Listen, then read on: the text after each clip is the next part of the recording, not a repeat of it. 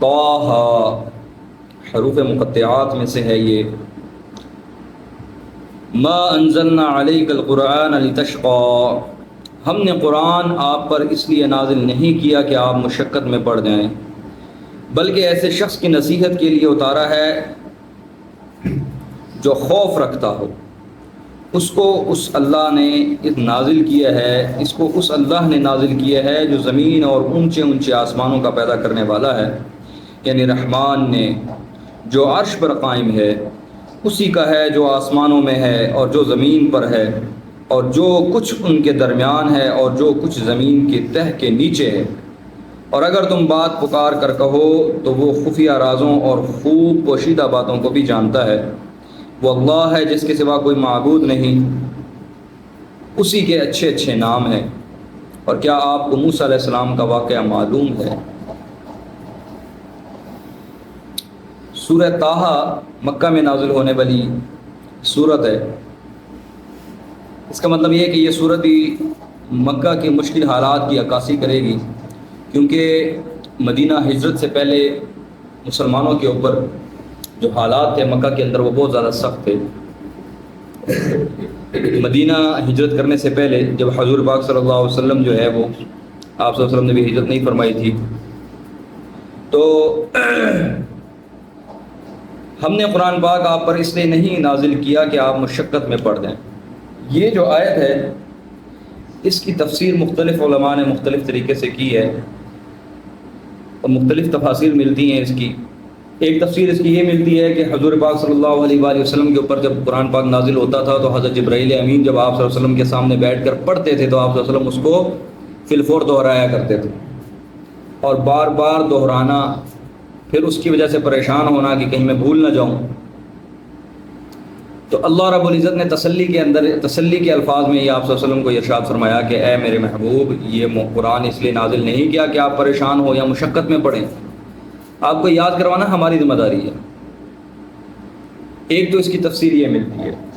دوسرا جو ہے وہ ایک اور تفسیر اس کی یہ ہے کہ جب قرآن پاک نازل ہوا تو آپ صلی اللہ علیہ وسلم جو ہے وہ ساری رات اس کی تلاوت کرتے، نوافل پڑھتے، نماز پڑھتے. تو کچھ لوگوں نے جو ہے وہ آپ صلی اللہ علیہ وسلم کو جب اس حالت میں دیکھا تو کہنے لگے کہ جب سے آپ صلی اللہ علیہ وسلم کے اوپر قرآن پاک نازل ہوا ہے آپ تو مشقت میں ہی پڑ گئے. تو اس آیت اس بات کے جو ہے وہ جواب میں یہ آیت نازل ہوئی. پھر ایک تیسری تفسیر اس کی یہ بھی ہے کہ حضور پاک صلی اللہ علیہ وآلہ وسلم کے اوپر جب قرآن پاک نازل ہوا تو آپ صلی اللہ علیہ وسلم نے اس نبوت والے کام کو اور قرآن پاک والے پیغام کو دوسروں تک پہنچانا اپنی، چونکہ یہ ہر پیغمبر کی اولین ذمہ داری ہوتی ہے، حضور پاک صلی اللہ علیہ وسلم نے اس کو بہت زیادہ اپنے اوپر بوجھ محسوس کیا. بوجھ سے مراد یہ کہ پریشان رہنے لگے، کیونکہ مکہ کے اس وقت کے ادوار، اس وقت کا دور ایسا تھا، اس وقت کے حالات کچھ ایسے تھے کہ مکہ کے لوگ سننے کو تیار نہیں تھے، آپ صلی اللہ علیہ وسلم کی بات سننے کو تیار نہیں تھے. پھر مخالف سازشیں اور پروپیگنڈے ایسے تھے کہ وہ آپ صلی اللہ علیہ وسلم کو یوں سمجھیں کہ پریشان کر رہے تھے. مایوسی کے الفاظ میں نہیں کہوں گا، لیکن یوں سمجھیں کہ وہ انتہا کے پریشانی کی طرف آپ صلی اللہ علیہ وسلم چلے گئے کہ میں جو ہے وہ مجھے جو پیغام دے کر بھیجا گیا ہے اس کو سننے والا کوئی نہیں ہے، اس کو کوئی سننے والا نہیں ہے، تو میں یہ اللہ کا پیغام دوسروں تک پہنچاؤں گا کیسے؟ ایک بات. دوسرا، اس پر یقین کرنے والا کوئی نہیں ہے تو میں یقین کیسے دلاؤں ان کو؟ ٹھیک ہے. اس کی وجہ سے آپ صلی اللہ علیہ وسلم انتہا کے پریشان رہنے لگے اور راتوں کو جاگنا شروع کیا. اور بعض جگہوں پر آتا ہے کہ اس کی وجہ سے آپ صلی اللہ علیہ وسلم کی صحت مبارک بھی جو ہے وہ گرنے لگی، کمزور ہونے لگے آپ صلی اللہ علیہ وسلم، کیونکہ قرآن ایک بہت بڑی ذمہ داری اللہ تعالیٰ نے دی تھی آپ صلی اللہ علیہ وسلم کو. اور ساتھ میں ٹینشن اس بات کی تھی کہ امت میری ہے، ذمہ داری میری ہے. جو لوگ دنیا سے جا رہے ہیں اور بغیر مجھ پر ایمان لائے جا رہے ہیں تو یہ بھی میری ذمہ داری تھی کہ ان کو میں دین کی دعوت دوں اور یہ میری دین کی دعوت کو تسلیم کریں. تو اللہ رب العزت نے تسلی کے الفاظ میں کہا پیغمبر صلی اللہ علیہ وسلم، ہم نے یہ جو کلام نازل کیا یہ ہرگز اس مقصد کے لیے نہیں ہے کہ آپ اس سے مشقت میں پڑیں، آپ کو پریشان کرنا، آپ کو مشقت میں ڈالنا، یہ ہرگز مقصد میں نہیں ہے. پھر اس کی ایک تفسیر یہ بھی ہے کہ آپ صلی اللہ علیہ وسلم کو کی وساطت سے امت کو یہ بتایا جا رہا ہے کہ اے امت، ہم نے جو یہ قرآن پاک نازل کیا ہے، اس کو نازل کرنے کا مقصد یہ نہیں ہے کہ اے امت آپ کو جو ہے وہ تکلیف میں ڈالا جائے. اس میں کوئی ایسی چیز نہیں ہے جو انسانی فطرت کے خلاف ہے. ہر چیز انسانی فطرت کے ساتھ جو ہے وہ مطابقت رکھنے والی ہے، اور یہ سب کچھ ایسا ہے کہ وہ تمہاری ہی بھلائی بہتری کے لیے. بھلا جس طرح کوئی مشینری کوئی تیار کرتا ہے تو اس مشینری کے تیار کرنے والے ہی کو علم ہوتا ہے کہ یہ مشینری بیسٹ ورک کیسے کرے گی. اس کا کتابچہ بناتا ہے، اس کو پتہ ہوتا ہے کہ میں نے اس جو ہے وہ مشینری کو چلانا کیسے ہے، اس نے چلنا کیسے ہے، اس نے اپنا آپٹیمم ورک کیسے دینا ہے، پراپر ورک کیسے کرنا ہے، اس کو پتہ ہے. اس لیے وہ کتاب لکھتا ہے جو بناتا ہے. مشین کی کتاب وہ لکھتا ہے. موبائل بنانے والی کمپنی ہمیشہ موبائل کی کتاب وہ شائع کرتی ہیں کہ ہم نے یہ موبائل بنایا ہے، اس کا فلانا پوائنٹ فلانی چیز کے لیے، یہ جگہ چارجر کے لیے، یہ اس کا مائک ہے، یہ اس کا اسپیکر ہے، یہ ایسے چلتا ہے. سمجھ رہے بات کو؟ تو انسان کو اللہ نے بنایا اور اس کائنات کی سب سے پیچیدہ ترین اور یوں سمجھے کہ اللہ کی تخلیق کا سب سے شاہکار نمونہ انسان ہے. زمین نہیں، آسمان نہیں، چاند نہیں، سورج نہیں، ستارے نہیں، سمندر نہیں، پہاڑ نہیں، جنگل نہیں، کچھ. ان سب سے بڑھ کر جو سب سے بڑا شاہکار ہے اللہ رب العزت کا، اللہ کی تخلیق کا، وہ انسان ہے. اور پھر یہ کائنات بھی انسان کے لیے اللہ رب العزت نے بنائی، انسانوں اور جنوں کے لیے، اور پھر بھیجا بھی اس کے لیے کہ ان کو عقل سلیم دے کر بھیجا کہ وہ سمجھ سکتے ہیں، ہر بات کو سمجھتے ہیں، اور ان میں اچھے برے کی تمیز رکھی، اور اس کے علاوہ ان کے اندر خواہش اور عقل پیدا کی. اب فرشتے اور جانور اور انسان، یہ تین ایسی مخلوقات ہیں جن سے جو ہے وہ، جس میں فرشتے جو ہے وہ اللہ تعالیٰ نے ان کو عقل دی، خواہش نہیں دی. انسانوں کو اللہ تعالیٰ نے خواہش بھی دی، عقل بھی دی. جانوروں کو اللہ تعالیٰ نے خواہش دی، عقل نہیں دی. اب معاملہ کیا ہے؟ معاملہ یہ ہے کہ اگر جو انسان ہے وہ اگر اپنی خواہش کے اوپر پاؤں رکھتا ہے، اپنی خواہش کے اوپر پاؤں رکھتا ہے، عقل سے کام لیتا ہے، تو وہ فرشتوں سے بھی افضل ہو جاتا ہے، فرشتوں سے بھی آگے نکل جاتا ہے. اگر وہ اپنی عقل کو دباتا ہے اور خواہش کے جو ہے وہ حوالے کر دیتا ہے خود کو، تو وہ جانوروں سے بھی بدتر ہو جاتا ہے.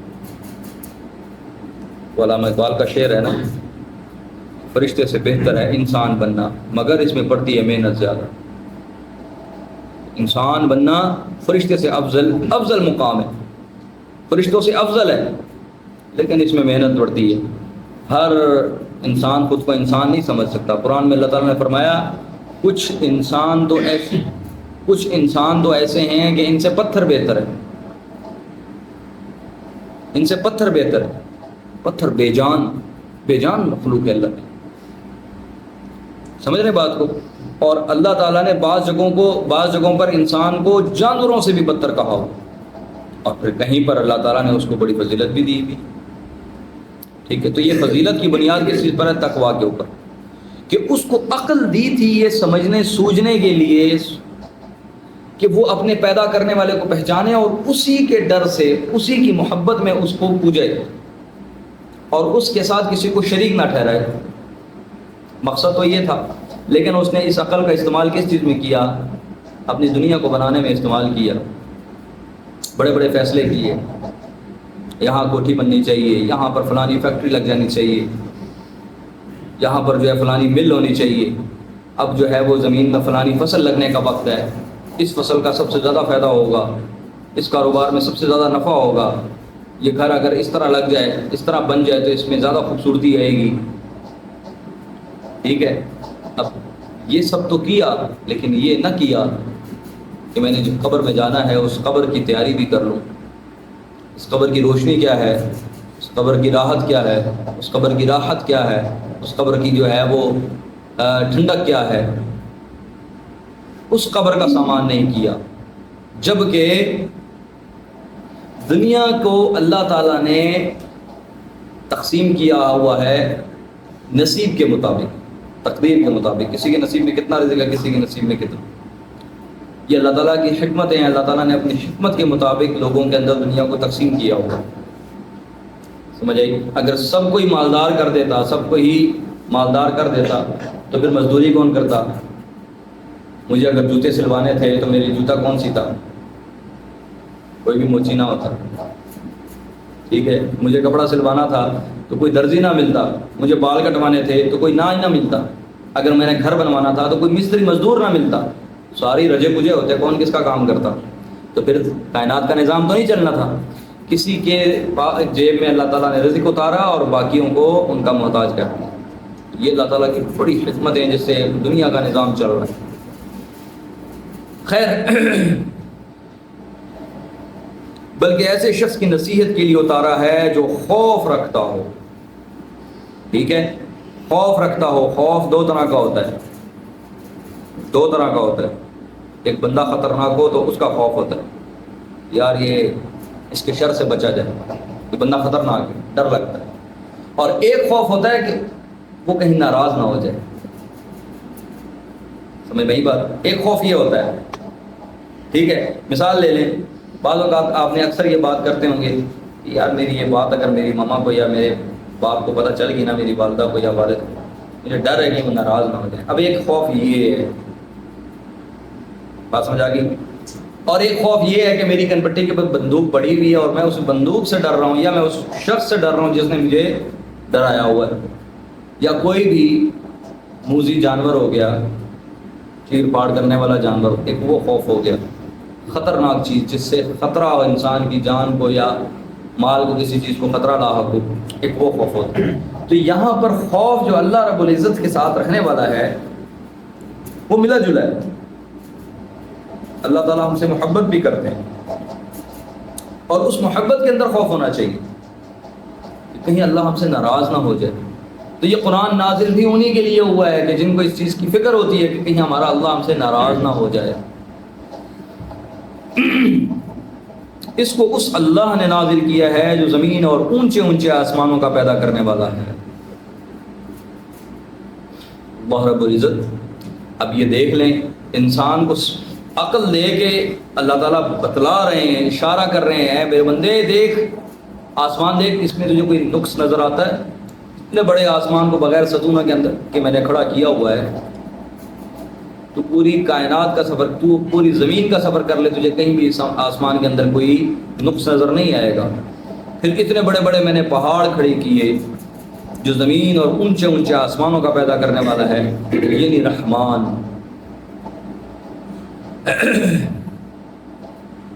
اور اونچے اونچے آسمانوں کا پیدا کرنے والا ہے یعنی رحمان، جو عرش پر قائم ہے۔ اللہ تعالیٰ اپنی شان کے مطابق عرش پر جلوہ افروز ہے۔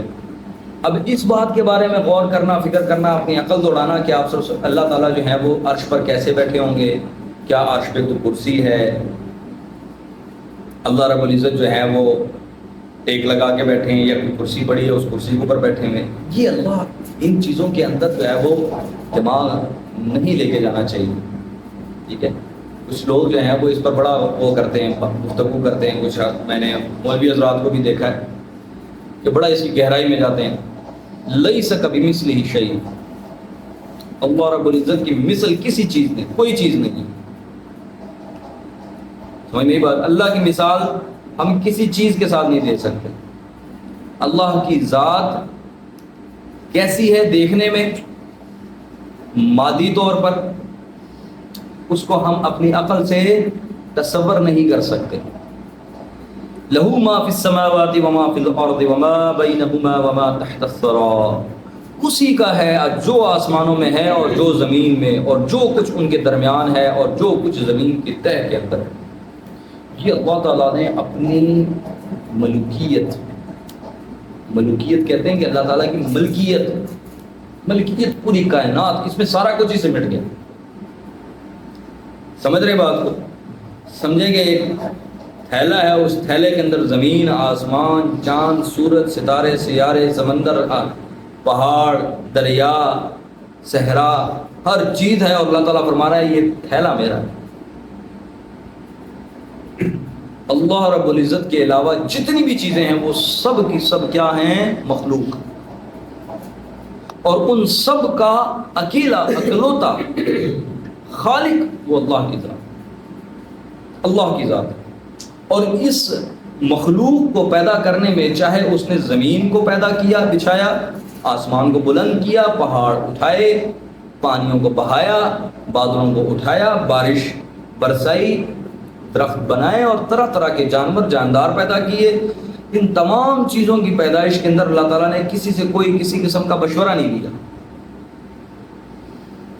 کوئی کسی مخلوق کی یہ مجال نہیں کہ کسی تخلیق کے اندر اعتراض کرے، یا اللہ یہ تو اس کا مقصد نظر نہیں آتا، یا اللہ اس کی جو آنکھ ہے یہ تھوڑی سی عجیب سی نہیں لگ رہی، یا اس کی دم جو ہے یہ تھوڑی سی لمبی نہیں ہونی چاہیے تھی، یہ عجیب لگ رہا ہے، یا یہ دم کے ساتھ نہیں ہونا چاہیے تھا۔ یہ کوئی مشورہ نہیں، کوئی تنقید کرنے والا نہیں، کوئی اللہ رب العزت کو پوچھنے والا نہیں کہ اللہ تعالیٰ نے مور کو بنایا تو اتنے خوبصورت پروں والا بنایا، سمجھ نہیں بات۔ پھر اللہ تعالیٰ نے پر چڑیا کو بھی دیے، پر مرغی کو بھی دیے۔ چڑیا کے اندر کیسی پرواز رکھی ہو، پر مرغی کے اندر کون سی پرواز ہے، سمجھ آئی بات۔ پرندوں کی علیحدہ سے مخلوق، ٹھیک ہے، چرنے والے جانور الگ سے، اور جو رینگنے والے جانور ہیں وہ الگ سے، ڈسنے والے جانور الگ سے، اور چیر پھاڑ کرنے والے جو ہے وہ الگ سے، سمندری مخلوقات الگ سے، پھر زمینی مخلوقات الگ سے ہیں، آسمانی مخلوقات الگ سے، پھر وہ جو خوردبین کے ساتھ نظر آنے والے جاندار ہیں، خوردبین کہتے ہیں مائکروسکوپ کے ساتھ نظر آنے والے جاندار، ان کا بھی خالق اللہ رب العزت کی ذات، پھر وہ بھی جو خوردبین سے بھی نظر نہیں آتے۔ مائکروسکوپ کے اندر جو ہے وہ ایک اور مائکروسکوپ جو اس سے بھی زیادہ جو ہے وہ باریک چیز کو دیکھ سکتی ہے، اس کو کہتے ہیں الیکٹران مائکروسکوپ۔ الیکٹران مائکروسکوپ جو ہے وہ 5000 گنا چیز کو بڑا کر کے دکھاتی ہے، ٹھیک ہے۔ یہ آپ کے کیمروں کے اندر جو ہے نا 10x ہوتا ہے، 10 گنا بڑا، سمجھ میں؟ کسی کے موبائل میں 15x 20x، کچھ اچھے کیمرے ہوتے ہیں جو ہے 50x تک 100x تک۔ تو جو الیکٹران مائکروسکوپ ہوتی ہے وہ 5000x 5000 گنا چیز کو بڑا کر کے دکھاتی ہے۔ تو 5000 گنا چیز بڑی ہو کر جو نظر آ رہی ہے اس کا خالق بھی اللہ ہے، اور جو 5000 گنا بڑی ہو کر بھی نہیں نظر آ رہی اس کا خالق بھی اللہ ہے۔ ہر چھوٹی سے چھوٹی، ہر بڑی سے بڑی چیز کا خالق اللہ رب العزت کی ذات ہے، اور جو کچھ ان کے درمیان ہے اور جو کچھ زمین کی تہ کے نیچے ہے۔ اور اگر تم بات پکار کر کہو تو وہ خفیہ رازوں اور خوب پوشیدہ باتوں کو بھی جانتا ہے، یہ اللہ رب العزت کا علم ہے۔ اب یہ سارا کچھ خالق پیدا کر لیتا ہے، پھر اس کو پتہ نہ ہو کہ 7ویں آسمان پہ کیا ہو رہا ہے، یا تہے زمین کیا ہو رہا ہے، یا سمندر کے اندر مچھلیوں کو خوراک، فلانے کونے فلانے سمندر کے اندر فلانی مچھلی کو خوراک ملی ہے یا نہیں ملی، نہیں۔ اللہ رب العزت کہہ رہے ہیں کہ ان سب کو پیدا تو میں نے کر لیا، اسی طرح میرے علم نے بھی ان سب کا احاطہ کیا ہوا ہے، میرے علم سے کوئی چیز باہر نہیں، میرے علم سے کوئی چیز باہر نہیں۔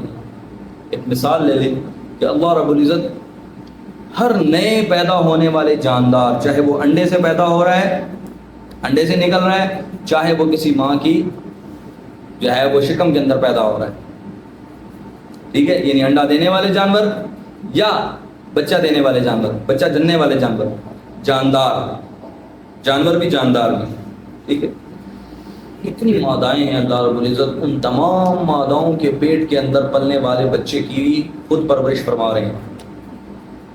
مکھی، مچھر، مینڈک اور چڑیا، مینا، طوطا، کبوتر، شیر، مطلب شیرنی، ان کی ماداؤں کی بات کر رہا ہوں، شیرنی، ٹھیک ہے، ہرنی، ہتھنی، زرافہ، ٹھیک ہے، یہ جنگلی جانور ہو گئے۔ پھر آ جائے گھروں میں جو جانور، بلی، کتا، گدھا، گھوڑا، خچر تو جو ہے وہ بچہ نہیں جنتا، ٹھیک ہے۔ تو یہ جو جاندار ہیں سارے، پھر اس کے اندر انسان، پھر جنات، پھر میں نے جس طرح جانداروں کی مثالیں آپ کو دی ہیں کہ کیسے کیسے جاندار اللہ رب العزت کی تخلیق کرتا ہے، ان تمام کی ماداؤں سے پیدا ہونے والی اولادیں، نسلیں، ان کو اللہ رب العزت کے علم نے ڈھانپ رکھا ہے۔ اللہ کے علم سے کوئی چیز خالی نہیں ہے۔ موسیٰ علیہ السلام کو اللہ رب العزت نے ایک دفعہ فرمایا اے موسیٰ اس پتھر کے اوپر اپنا عصا مارو۔ موسیٰ علیہ السلام نے پتھر کے اوپر عصا مارا تو اس پتھر میں سے ایک اور پتھر نکلا۔ اللہ نے فرمایا موسیٰ اس پر بھی اپنا عصا مارو۔ اس پر بھی اپنا عصا مارا تو اس میں سے ایک چھوٹا سا کیڑا نکلا اور اس کیڑے کے منہ میں سبز پتا۔ اللہ رب العزت نے فرمایا موسیٰ میں رب عرش پر بیٹھ کر دو پتھروں کے بیچ میں کیڑے کو بھی رزق دے رہا ہوں، کیڑے کو بھی رزق دے رہا ہوں۔ تو میں ہوں رازق، انا الرزاق، میں ہوں رازق۔ اور واقعی اللہ رب العزت رازق، کسی کو نہیں بھولتا رزق دینا کسی کو۔ اور پھر رحمان اور رحیم ایسا کہ جو فرشتے ہمارے نام اعمال جو ہے وہ عصر کے ٹائم لے کے جاتے ہیں اللہ رب العزت کے پاس، اللہ رب العزت صبح کو انہی کے ہاتھ ہمارا رزق بھیجتا ہے، وہی فرشتے۔ اب وہ فرشتے اعمال لے کے جا رہے ہیں، اس نے نمازیں چھوڑی نہیں، اس نے دن بھر ماں باپ کو ستایا ہوا ہے، اس نے دن میں رات میں زنا بھی کیا ہے، اس نے شراب بھی پی ہے، اس نے بندے بھی مارے ہیں، اس نے یہ دھوکہ دہی کی ہوئی ہے، اس نے تیری ہر پکار کو ایک کان سے سنا دوسرے سے نکالا ہوا ہے۔ تیرے خوف سے کانپنے والا بندہ نہیں، تیرا کلام پاک اس کے سامنے پڑھا جاتا ہے تو اس کو پرواہ نہیں ہوتی۔ وَإِذَا تُلِيَتْ عَلَيْهِمْ آيَاتُهُ زَادَتْهُمْ إِيمَانًا وَعَلَىٰ رَبِّهِمْ يَتَوَكَّلُونَ۔ ان کو کوئی فرق نہیں پڑتا۔ اللہ رب العزت کیا کرتے ہیں؟ انہی فرشتوں کو کہتے ہیں جاؤ اس کا کل کا رزق لے جاؤ، جاؤ اس کا کل کا رزق لے جاؤ۔ یہ ہے اللہ رب العزت کی ذات۔ اللہ لا الہ الا ہو، وہ اللہ ہے جس کے سوا کوئی معبود نہیں، معبود عبادت کے لائق کہ وہ اللہ۔ یہ وہ شروع سے دیکھیں نا، ایک انٹروڈکشن چل رہا ہے، اللہ رب العزت اپنا ایک تعارف فرما رہے ہیں کہ میں کتنا بڑا ہوں، اور ہاں ان سب کے ہوتے ہوئے میں وہ واحد خدا ہوں کہ جس کے ساتھ کسی کو بھی عبادت میں، ذات میں یا صفات میں یا عبادت کے اندر کسی شے کے اندر شریک نہیں کیا جا سکتا۔ اللہ تعالیٰ تو اس پر بھی اعتراض کرتا ہے کہ تم کسی مخلوق میں کسی سے نہ ڈرو۔ اللہ تعالیٰ فرماتا ہے یہ مخلوق سے ایسے ڈرتے ہیں جیسے مجھ سے ڈرنے کا حق۔ اللہ کیا اللہ رب العزت، کیا اللہ رب العزت فرماتے ہیں، سمجھ میں یہ بات کہ یہ تو مخلوق سے ایسے ڈرتے ہیں جیسے مجھ سے ڈرنے کا حق۔ لہو ما فی السماء لہو الاسماء الحسنى، اور تمام اچھے اچھے نام اسی کے ہیں۔ هو اللہ الذی لا الہ الا هو، یہ اللہ رب العزت کے 99 نام ہیں۔ اس کے حوالے سے حدیث ہے کہ جس شخص نے بھی اللہ تعالیٰ کے یہ 99 پاک نام یاد کر لے، زبانی یاد کر لے، ٹھیک ہے، اور ان کا ذکر بھی کرتا رہے ساتھ سے مراد یہ کہ ڈیلی بیسس پہ ایک دفعہ پڑھ لے جب بھی وقت موقع ہے، لیکن یاد کرنے والوں کی بات کر رہا ہوں جنہوں نے یاد کر لیے، اللہ رب العزت کے اوپر لازم ہے کہ اللہ تعالیٰ اس کو جنت کے اندر داخل فرمائیں گے۔ سمجھ میں بات، بہت بڑی فضیلت ہے وہ۔ حل اتاک حدیث موسیٰ، آگے پھر ٹاپک دوسرا شروع ہو رہا ہے حضرت موسیٰ علیہ السلام کا، جس کے بارے میں سورہ اعراف کے اندر بھی آ چکا ہے، اور یہاں پر انشاءاللہ ہم اس کو تھوڑا سا تیزی کے ساتھ پڑھیں گے کیونکہ زیادہ تفصیل ہم پیچھے پڑھ چکے ہیں، لیکن کچھ باتیں ایسی تھیں جو ہم نے پیچھے پڑھی، وہاں اس کا تذکرہ نہیں تھا، لیکن میں نے یہاں پر اس جو یہاں تذکرہ ہوا ہے اس تذکرے کو میں پیچھے کر چکا ہوں، تو میں یہ یہاں پر جو الفاظ ہیں اس کو میں سورہ اعراف کے اندر والے واقعات کے ساتھ جو ہے وہ تھوڑا سا اس کو اٹیچ کروں گا تاکہ آپ کو پچھلی باتیں بھی یاد آ جائیں اور آپ کی باتیں بھی سمجھ میں آ جائیں۔ انشاءاللہ کل سے اس کو ہم کرتے ہیں۔ اللہ تعالیٰ سے دعا ہے کہ جو ہمیں سنا ہے اللہ تعالیٰ اس پر عمل کی توفیق نصیب فرمائے۔